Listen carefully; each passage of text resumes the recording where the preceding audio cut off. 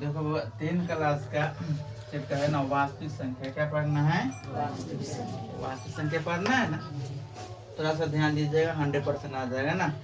इसमें कह रहा है, इसमें परमेय संख्या किसे कहते हैं? कोई पूछे कि परमेय संख्या किसे कहते हैं, तो जिस संख्या को ना p/q के रूप में लिखा जाता है ना, लिखा हुआ है कि जिस संख्या को p/q के रूप में लिखा जाता है उसे हम क्या कहते हैं?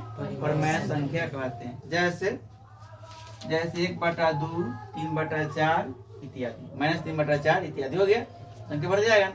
अब क्या कोई पूछे कि अपरमेय संख्या किसे कहते हैं, तो जिस संख्या को p/q के रूप में नहीं लिखा जाता है उसे हम क्या कहते हैं? अपरमेय संख्या कहते हैं। जैसे √2, √3, √7/2, -√5/3 इत्यादि। अब कोई पूछे वास्तविक संख्या किसे कहते हैं?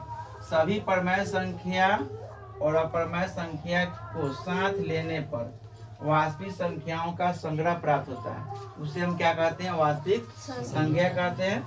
जैसे लिख दिया 1/2, -3/4, √2, √3, 7/2 और -√5/3 इत्यादि हो गया। आपका एल्गोरिदम किसे कहते हैं? एक विशेष प्रकार की समस्या का हल प्राप्त करने की चरणबद्ध प्रक्रिया को एल्गोरिदम कहते हैं। हो गया। उसके बाद में क्या है?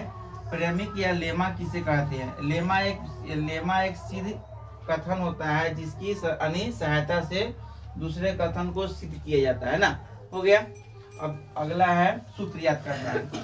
एल्गोरिदम का भाग लेमा का सूत्र A = BQ + R, 0 R = RB, R = B होता है ना, इसको याद करना। उसके बाद में भाज बराबर भाजक गुने भागफल प्लस शेष होता है। ये जो होता है क्या होता है? भागफल होता है। भाज्य होता है, ये क्या होता है? सॉरी, भाज्य होता है।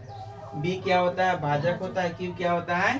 भागफल। आर क्या होता है? शेष होता है। इसी के आधार पर यह वास्तविक संख्या का जो हिसाब बनता है ना, यह क्वेश्चन दिया हुआ है 15,365 और 345 का महत्तम समवर्तक का निकालना। क्या करना है? महत्तम समवर्तक निकालना है। तो पहले हमने क्या करेंगे? इसका मौसा निकाल देंगे। क्या निकालेंगे?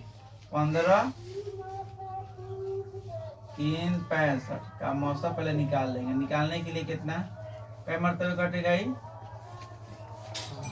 5 मरतबे। कितना आएगा?